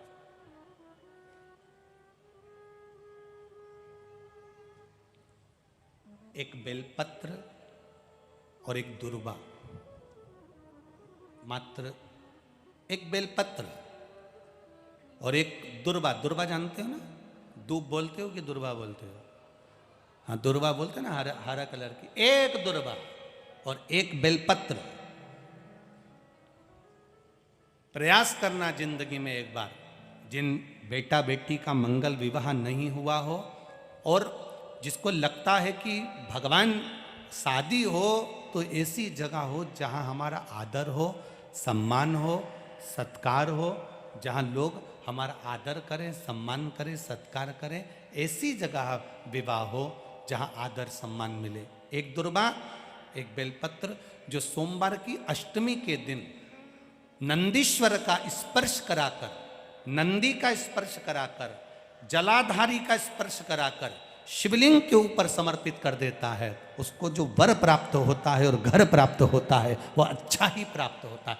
अदालत तक नहीं जाना पड़ता, तलाक तक बात नहीं पहुंचती और उसके घर में सुख और समृद्धि रहती। क्या क्या चढ़ाना है? जम के बोलो जरा। एक दुर्वा और एक बेलपत्र। बहुत दिन सोमवार की अष्टमी, भगवान शिव की आराधना का दिन है सोमवार की अष्टमी, जिस दिन माता पार्वती और भगवान शिव का मिलन हुआ। अब नरहरि सुनार ने कहा कि विवाह हो तो ऐसा हो, तो गंगा नाम की कन्या के साथ उनका विवाह हो गया। विवाह होने के बाद में माता पिता ने सारा सोने चांदी का काम अपने बेटे को दे दिया। बेटा सोने चांदी का काम करने लगा, समय व्यतीत होने लगा, समय जाने लगा। नरहरि सुनार आज तक किसी मंदिर के अंदर दर्शन करने नहीं गया। केवल अगर दर्शन करे तो महादेव के करे, पूजन करी तो महादेव की करी, आराधना करी तो महादेव की करी, अर्चना करी तो महादेव की करी। कभी पंढरपुर में रहने के बाद भी हरि विठ्ठल का दर्शन करने नहीं गया। अब भगवान की लीला देखिए कितनी विचित्र है। हरि विठ्ठल के सिर पे शिवलिंग, करें दर्शन? अरे बोलो तो जम के करें ना। दुनिया का केवल एक ही भगवान विष्णु का मंदिर ऐसा है जिनके सिर पर शिवलिंग है। कौन है वो? पांडुरंगा हरि विठ्ठल, जिनके सिर पे शिवलिंग। अब नारायण कमर पे हाथ रखकर खड़े थे शिवलिंग ऊपर, शिवरात्रि का दिन था। मल्लिकार्जुन के मंदिर में नरहरि सुनार शिव जी की आराधना कर रहे थे। ऊपर महादेव बैठे बैठे हरि विठ्ठल से बातें कर रहे थे। हरि विठ्ठल ने आज महादेव से कहा, देखो प्रभु, कितने भक्त दर्शन के लिए आते हैं, कामना लेकर आते हैं, और ललकता देखिए इन भक्तों की, इनके भीतर कितना विश्वास, कितनी दृढ़ता। घंटों तक लाइन लगाते हैं तब जाकर मेरा दर्शन पाते हैं।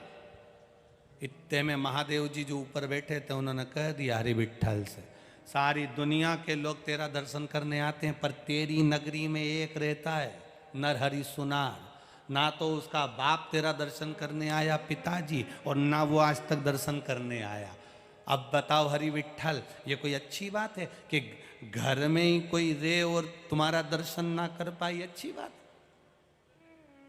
हरि विठ्ठल ने कहा, आप चिंता मत करो, वो भी थोड़े दिन में अगली एकादशी पर मेरे मंदिर में मिलेगा, ये पक्का है। अगली एकादशी पर? हाँ पक्का। शंकर भगवान ने कहा वो केवल एक की आराधना करता है, किसी मंदिर में आज तक नहीं गया। भगवान विठ्ठल बोले अब तुम देखो, वो मेरे मंदिर में मिलेगा, अभी तुम देखो तो सही। अब हरि विठ्ठल और महादेव दोनों की बात हो गई।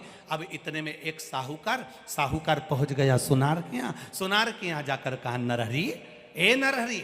नरहरि सुनार ने पूछा, भैया तुम कौन हो? मैं पास के गांव का साहूकार हूं, मेरे घर में बेटे ने जन्म लिया है, मेरे घर में बेटे ने जन्म लिया है। अच्छा, बहुत अच्छी बात है, बेटा जन्मा, आपको बधाई बहुत बहुत। अरे नरहरि, बेटे ने जन्म लिया है, मैंने हरि विठ्ठल से प्रार्थना करी थी जिस दिन मेरे घर में बेटा हो जाएगा उनके कमर में कमर का पट्टा बनवाऊंगा सोने का, रतन जड़ित, और मैं हरि विठ्ठल को पहनाऊंगा। मेरा मन है वो सोने का पट्टा तुम बना दो। नरहरि दास ने हाथ जोड़कर कहा, तुम किसी दूसरे सुनार के यहाँ चले जाओ, मैं नहीं बनाऊंगा हरि विठ्ठल का पट्टा, मैं नहीं बनाऊंगा, तुम किसी दूसरे के यहाँ चले जाओ। मैं तो केवल एक कोई भजता हूं। किसको? जम के तो बोलो जरा, महादेव को। मैं नहीं बनाऊंगा। अरे कमर का पट्टा नहीं बनाओगे? हाँ, तुम्हारा तो काम है सोने का पट्टा बनाना, उसमें क्या दिक्कत है? नहीं, कमर का पट्टा बनाना पड़ेगा तो नाप लेने जाना पड़ेगा, और नाप लेने जाना पड़ेगा तो मंदिर में जाना पड़ेगा, और मैं किसी के मंदिर में जाता ही नहीं शंकर जी के सिवाय, इसलिए मैं जाऊंगा ही नहीं। इतने में साहूकार ने कहा, अगर मान लो नाप हम ला कर दे दें भगवान की कमर का तो बना दोगे ना? नरहरि सुनार ने कहा, उसमें क्या दिक्कत है, तुम नाप ला कर दो, मैं बना दूंगा। साहूकार जी पहुंचे, पंडित जी से कहा, महाराज जी भगवान की कमर का नाप दे दो। कमर का नाप ला के सुनार को दिया। सुनार ने भगवान का सुंदर पट्टा तैयार करा कमर का। ऐसा सुंदर पट्टा, ऐसा सुंदर पट्टा, ऐसा सुंदर पट्टा। आज साहूकार ने पीतांबरी कपड़े पहनकर, बैंड बाजे ढोल बुलाकर, सिर पर चांदी की थाली में सोने का पट्टा रखकर भगवान हरि विठ्ठल के मंदिर में एकादशी के दिन प्रवेश किया। प्रवेश कर कर ब्राह्मण देवता से कहा, विद्वत जन से कहा, ये सोने का पट्टा हरि विठ्ठल को पिना दो।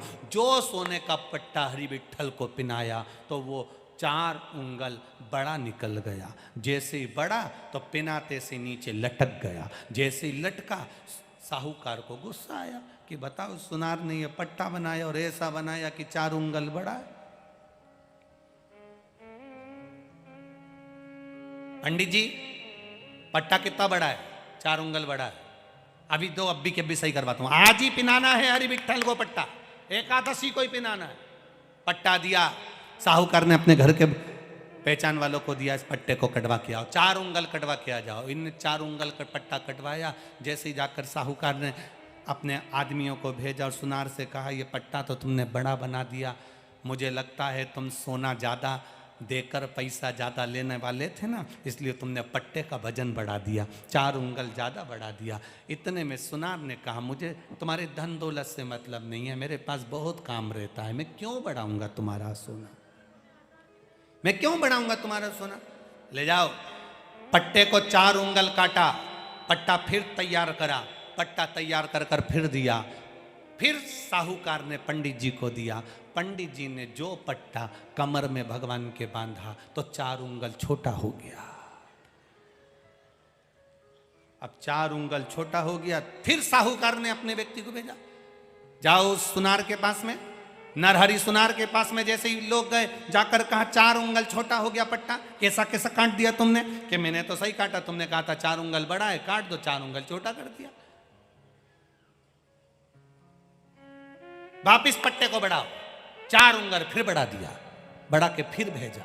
भेजते से पट्टे को फिर पहनाया, फिर लटक गया, 4 उंगल बड़ा हो गया। अरे साहूकार बोले, काका सुनार करा, 4 उंगल बड़ा कर देता, 4 उंगल छोटा कर देता। एक काम करो, पंडित जी ने कहा सुनार कोई मंदिर में ले आओ, नाप बोलेगा यहीं पर और यहीं सही कर देगा।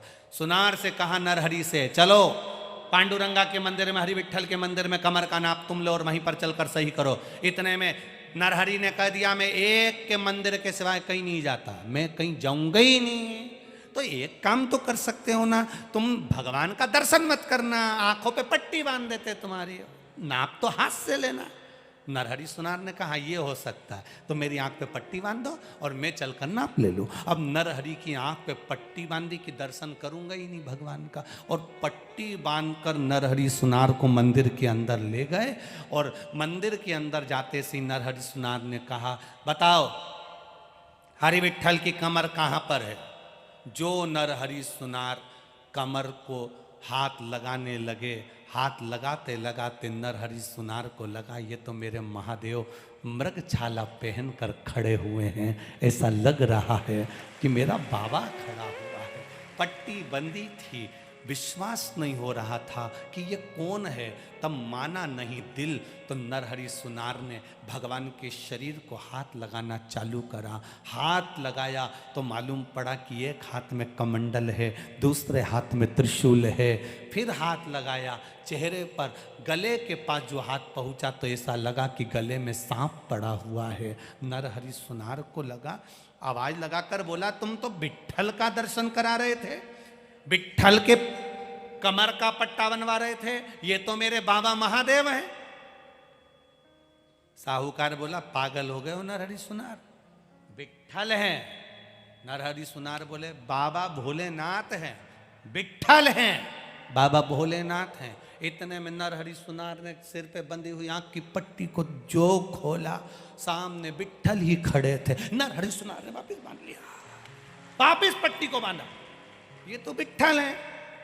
नरहरि सुनार बोले, मेरे साथ धोखा हो रहा है। फिर नरहरि सुनार ने वापिस हाथ लगाया, जो हाथ लगाया, फिर शंकर भगवान का दर्शन हुआ, शंकर भगवान का स्पर्श हुआ। फिर पट्टा खोला, सामने विट्ठल थे। नेत्र बंद कर लेते थे तो शिव दिखता था, नेत्र खोल लेते थे तो विट्ठल दिखता था। नरहरि सुनार ने विट्ठल के चरण पकड़ लिए, बस चरण पकड़े और पकड़ कर कहा, आप अपना दर्शन एक बार दिल से दे दो। जो शीश चरण में झुकाया, झुकाते से ही नारायण के चरण में दोनों का दर्शन, नरहरि सुनार को शिव और हरि का दर्शन हो रहा था। बस उस दिन नरहरि सुनार ने चरण पकड़कर कह दिया, मेरे पांडुरंगा हरि विट्ठल, ऐसी कृपा करना, दुनिया में राम का दर्शन करेंगे तो राम के दर्शन का पुण्य मिलेगा, कृष्ण का दर्शन करेंगे तो कृष्ण के दर्शन का पुण्य मिलेगा, देवी का दर्शन करेंगे तो देवी के दर्शन का पुण्य मिलेगा। हे मेरे हरि विट्ठल, ऐसी कृपा करना, जो तुम्हारे चरण का स्पर्श करे उसे हरि और हर के दर्शन का पुण्य फल प्राप्त हो जाए, ऐसी कृपा कर। तो पहला चरण को पकड़कर उसका दर्शन का सुख किसने पाया था? जम के बोलो जरा, जम के। नरहरि सुनार। वो सहज नहीं, सरल नहीं, वो मेरा शिव, मेरा नारायण कोई सहज नहीं है। इसीलिए वो दोनों का दर्शन, दोनों का सुख, दोनों का आनंद है। इसीलिए कह देते ना, माझा विठ्ठल पांडुरंग, विठ्ठल विठ्ठल विठ्ठला, माझा विठ्ठल पांडुरंग, माझा विठ्ठल पांडुरंग। सहज नहीं है मेरा विठ्ठल, दोनों समाया है।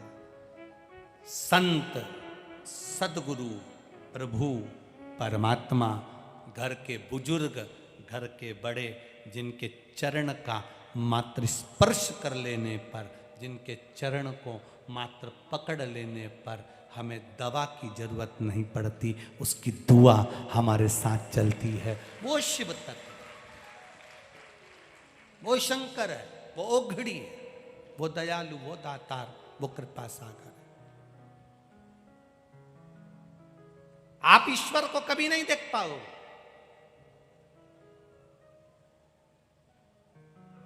आप नहीं देख सकते ईश्वर को।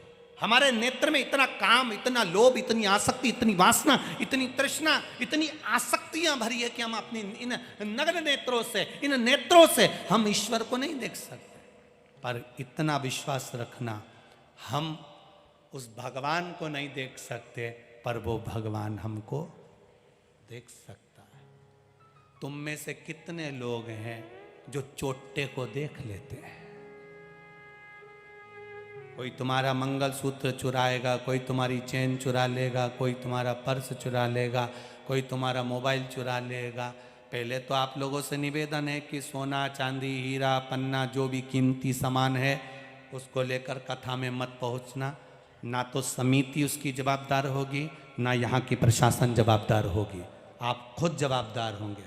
कोई सामान आपका कीमती लेकर आप कथा में कभी मत आओ।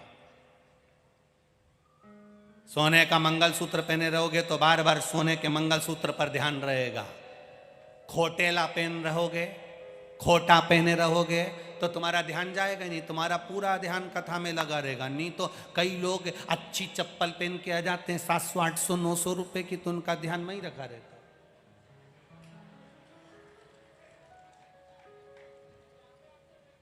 और जैसे इनकी चप्पल चली जाती है तो फिर दूसरे की चप्पल पे ध्यान चला जाता है। अपनी तो गई, अब किसकी ले जाना है वहां।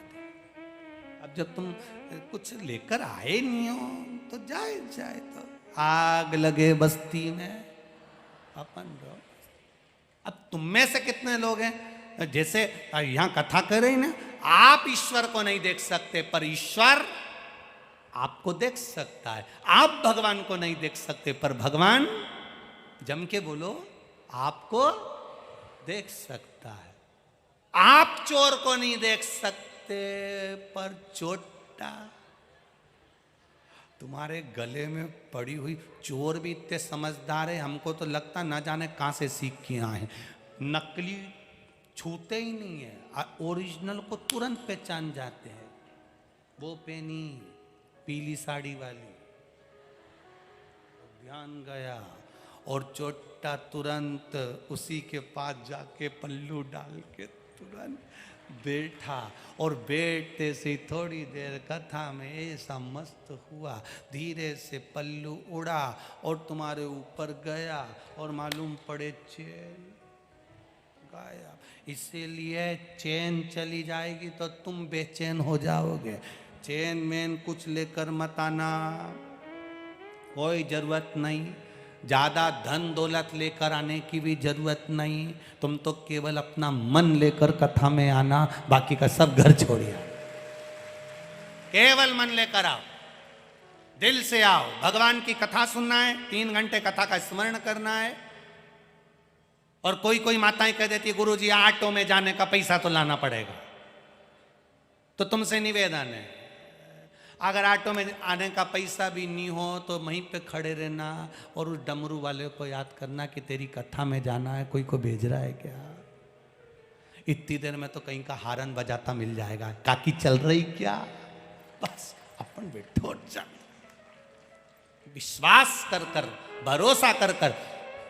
तुम ईश्वर को नहीं देख सकते पर ईश्वर तुमको देख सकता है। तुम भगवान को नहीं देख सकते पर भगवान तुमको देख सकता है। तुम चोर को नहीं देख सकते पर चोर तुमको देख सकता है। उसी तरह अपना कर्म ऐसे करते हुए चलो कि हमें ऐसा लगता है कि हमें कोई नहीं देख रहा पर वो हमको देखता रहता है। हमारे भजन को, हमारे कीर्तन को, हमारे स्मरण को वो देखता रहता है, देख रहा है।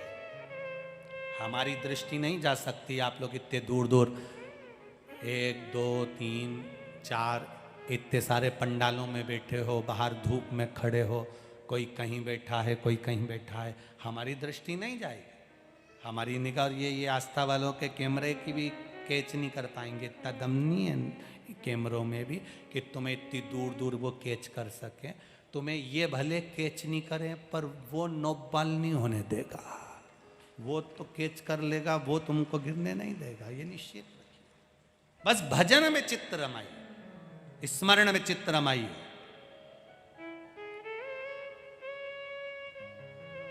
भगवत भजन की ओर अग्रणी। और जब हमारा विश्वास जागृत होता है, देवराज नाम का ब्राह्मण जिसने कभी भगवान शिव की आराधना नहीं करी, जिसने कभी भगवत भजन नहीं करा, केवल उसकी माता शिव मंदिर जाती थी और माता के 1 लोटा जल चढ़ाने का पुण्य उसको जो मिला वो साधारण नहीं था। घर का एक व्यक्ति भी अगर 1 लोटा जल चढ़ा रहा है तो वो खाली नहीं जाएगा, खाली नहीं जाएगा। फिर वही बात जो छत्तीसगढ़ में कही, आज फिर कह रहा है। गांव में, नगर में, समाज में, परिवार में एक व्यक्ति अगर गलत काम कर देता है तो पूरी समाज बदनाम हो जाती है। एक व्यक्ति गलत काम करता है तो पूरा घर बदनाम हो जाता है। एक व्यक्ति गलत काम करता है तो पूरा गांव बदनाम हो जाता है। उसी तरह एक व्यक्ति अगर भजन करने वाला पैदा हो जाए तो पूरा समाज, घर, गांव सब कृतार्थ हो जाए, सब कृतार्थ।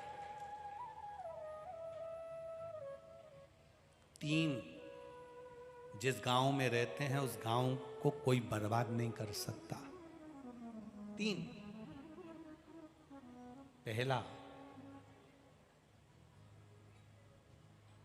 पतिव्रता धर्म को पालन करने वाली नारी।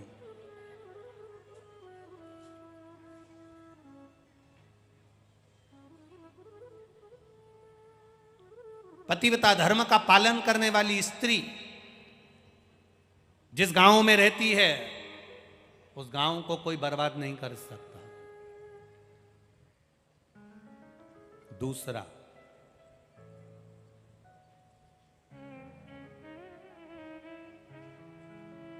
गांव में अगर कोई भगवान का भजन करने वाला, स्मरण करने वाला, भगवान की भक्ति करने वाला गांव में रहता है, उस गांव को कोई बर्बाद नहीं कर सकता। और तीसरा, कोई सत्पुरुष जो दूसरे के दुख को देखकर दुखी हो जाए, दूसरे के सुख को देखकर सुखी हो जाए, दूसरे के दुख सुख में शामिल खड़ा मिलता है, ऐसा सत्पुरुष जिस गांव में रहता है उस गांव को कोई बर्बाद नहीं कर सकता। ये 3 हमारे गांव की रक्षा कर ले, गांव की रक्षा कर। जिस गांव में से गाय माता को एक रोटी भी नहीं मिले, गाय, जिस गांव की गाय भूखी रहे, दरवाजे दरवाजे पर फिरने वाली गाय अगर एक रोटी भी प्राप्त नहीं करती, उस गांव की दशा बिगड़ने में देरी नहीं लगती। जिस गांव के दरवाजे पर गाय भूखी ना रहे, जिस गांव के दरवाजे पर किसी भी द्वार पे से एक रोटी भी अगर गौ माता को मिल रही है, वो गांव बर्बाद नहीं हो सकता। उस गांव में कभी बड़ी बीमारी प्रवेश नहीं कर सकती, वो गांव बचा रहता है। कोरोना जैसी महामारी आई, कोरोना जैसी बीमारी आई, बड़े बड़े शहर, बड़े बड़े नगर, बड़े बड़े गांव, बड़े बड़े खेड़े, ना जाने कितने कितने लोग मर गए। पर कोई कोई गांव आपने भी देखा होगा, कुछ गांव तो आपके पास में भी होंगे, कुछ गांव आपसे लगे हुए होंगे, कुछ गांव जिस गांव में तुम रहते हो उसके पास में होंगे, कुछ गांव ऐसे हैं जिस गांव में कोरोना महामारी भी टच कर कर चली गई पर किसी की जान हानि नहीं हुई। अर्थात वहां कोई पतिव्रता धर्म का पालन करने वाली नारी रहती है, वहां कोई सत्पुरुष रहता है, वहां कोई भजन करने वाला सन्यासी, तपस्वी, साधक, उपासक, कोई संत, कोई साधु, कोई गुरुजन वहां निवास करता है। जिसके चरण पड़ते हैं वो रज उड़ती है और उड़ी हुई रज ना जाने कितनों का कल्याण कर देती है। वो साधारण सी भूमि हो ही नहीं सकती। देवराज नाम का ब्राह्मण जो चोरी कर रहा है, धन ला रहा है, देवराज ब्राह्मण चोरी कर कर धन ला रहा है। आपको कथा में कहा था, चोरी व्यक्ति कब करता है, उसके पेट भरने जितना तो मेरा परमात्मा सबको देता है। यहां जितने आप लोग बैठे हो ना, सबके पेट भरने की जवाबदारी, जो कथा में आए नहीं आए, जो सुने नहीं सुने, सबके पेट भरने की जवाबदारी उस परमात्मा के पास में है। व्यक्ति चोरी कब करता है? पेट भरने के लिए व्यक्ति चोरी नहीं करता, पेटी भरने के लिए व्यक्ति चोरी करता है। पेट भरने तक की जवाबदारी उस परमात्मा की है। मैं पेट भर दूंगा, तेरा पेट भर दूंगा, तुझे भूखा नहीं सोने दूंगा, तेरा पेट भरने की जवाबदारी मेरी है, तो चिंता मत करना।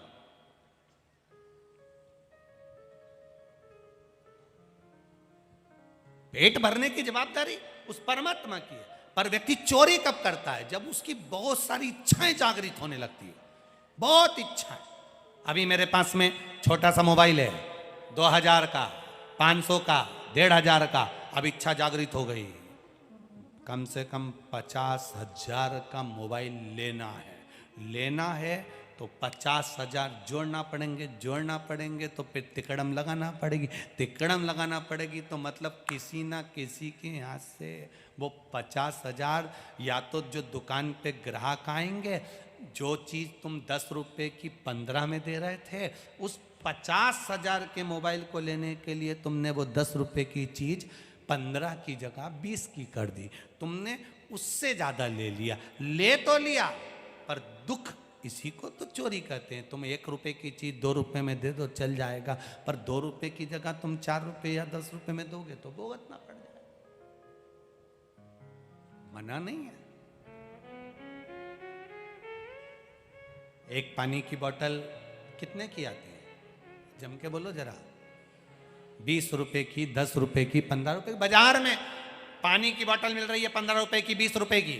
वो पानी की बोतल अगर कोई तुम्हें 30 रुपये, 40 रुपये की, बहुत तेज गर्मी पड़ रही है साहब, मेला भरा है, शिव महापुराण सुनने के लिए लाखों लोग आए हैं, पंडाल फुल पड़े हैं, सुबह 8 बजे से लेकर 11 बजे तक कथा हो रही है, टीवी पर 1 बजे से 4 बजे तक आ रही है, अपार भीड़, लोग आ रहे, दर्शन कर रहे, भीड़ बढ़ती चली गई। पानी चाहिए तो जो 10 रुपये की बाटल थी 20 रुपये हुई, 20 रुपये की बाटल 40 रुपये हो गई। तुमने शिव भक्तों से थोड़ा ज्यादा तो ले लिया, एक थोड़ा ले लो चल जाए, पर ज्यादा से ज्यादा ले लोगे, बाद में हिसाब तो उसको देना पड़ेगा। जब तुमने अपने बेटे से कहा कि ये 100 रुपये ले जा, सरफ की थैली लिया, साबुन लिया और एक काम करना, बिस्कुट का पुड़ा लिया, छोरा गया, 10 रुपये की सरफ की थैली लाया, 10 रुपये का साबुन लाया, 10 रुपये का बिस्कुट का पुड़ा लाया, 100 रुपये में से 30 रुपये चले गए। कितने बचे? जम के बोलो। 70 बचे। तुम्हारा बेटा 100 रुपये लेकर गया था, आया, तुमने उससे पूछा कि नहीं पूछा कितना का सामान लाया? मम्मी आई 10 रुपये का तो सरफ लाया, आई 10 रुपये का मैं बिस्कुट लाया, आई 10 रुपये का मैं साबुन लाया, तो 70 रुपये का है, ला दे। बेटे ने हिसाब दिया कि नहीं दिया? बोलो जम के बोलो। दिया ना। जब तुम अपने बेटे से 100 रुपये का हिसाब ले सकते हो तो वो भी तो 100 साल का हिसाब लेगा कि नीचे जाके करा क्या था तूने।